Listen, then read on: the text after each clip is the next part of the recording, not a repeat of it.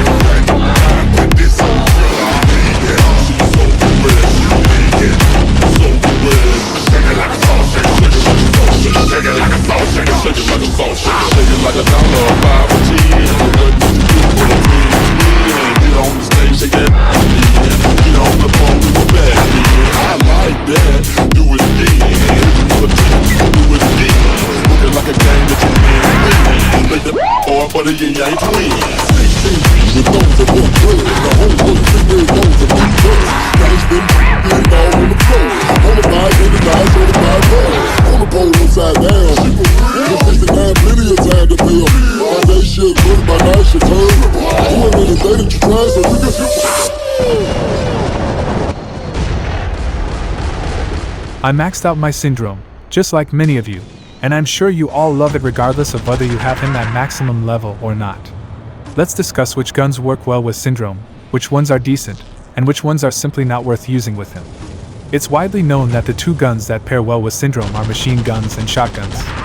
While many players enjoy using the Roto, personally, I found its damage output to be lacking, so I switched to the MM66 machine gun and never looked back. Some gameplay sessions were recorded using the MM66, and I never felt the need to switch. The Lupera as a secondary weapon surprisingly proved to be very effective when paired with machine guns. Not only does it help with mobility, but also eliminates enemies who get too close.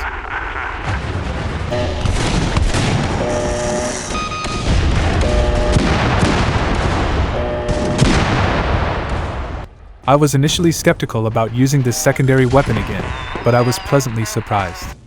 As mentioned earlier, shotguns are another excellent choice for Syndrome. The UU-10 is a shotgun that once you start using with Syndrome, you won't want to switch to anything else. I had to force myself to change guns for the sake of variety in my videos, otherwise I would have stuck with it. Similar sentiments were shared with the MM66 machine gun. I was reluctant to switch.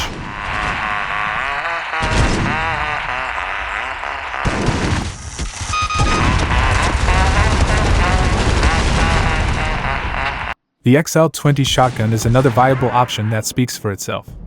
It's explosive but has its drawbacks that are sometimes overlooked. People tend to assume you have the UU-10 and make mistakes, leading to their downfall.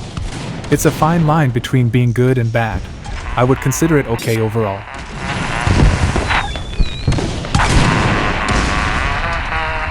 While the F8 might seem appealing due to Syndrome's ability to withstand more shots, it's not as enjoyable to play with for some reason. The lack of increased firing speed can make encounters drag on.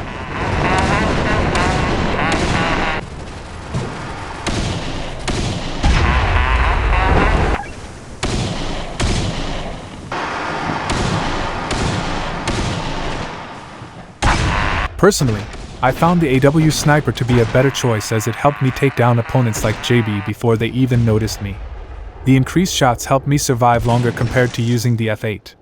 Despite finding snipers generally boring, the AW Sniper proved to be a strategically sound choice. Keep in mind that I have gold mods on my guns, so your experience may vary if you have lower tier modifications.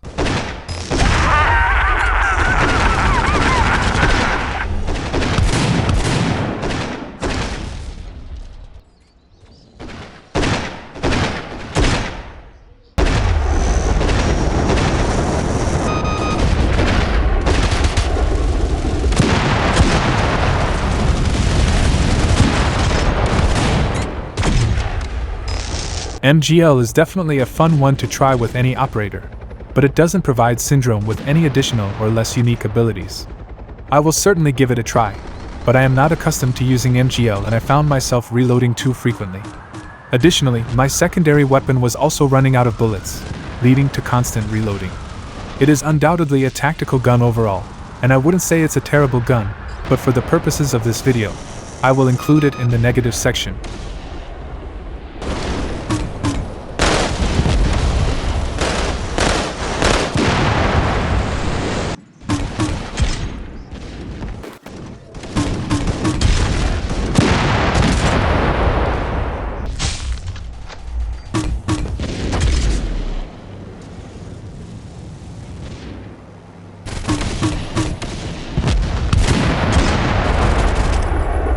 The Kilter is awful with Syndrome.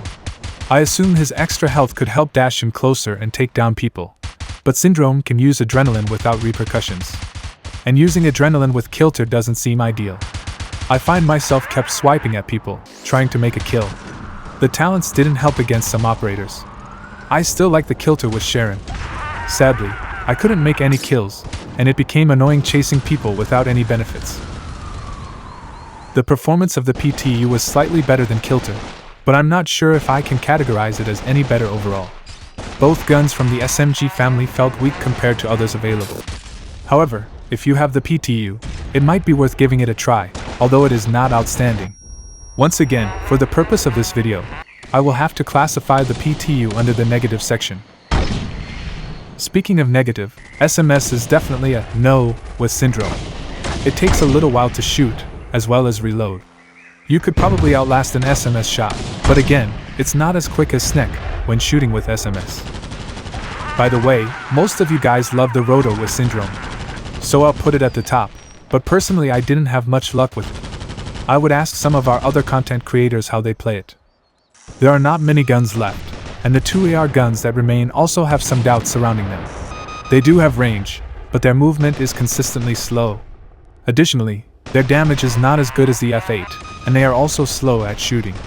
When I classify these guns as being in the bad section, it doesn't necessarily mean that they are bad guns. It simply suggests that they may not be the best option for Syndrome. These guns may perform better in the hands of different operators. The guns from are incredibly enjoyable, so I highly recommend trying all of them to fully enjoy the game. If I haven't mentioned a particular gun, it most likely means that I didn't have high expectations for it. Please share what you find accurate, or if you would change everything entirely with the list. Leave your comments below, and don't forget to like and subscribe so we can improve the broken YouTube algorithm. Some of these bad loadouts are similar to the bad algorithm, so I hope you can provide assistance in helping improve this bad system. I also want to give a shout out to the brothers who support the channel. You are all truly amazing, and I sincerely appreciate your support and trusting in me. Thank you all.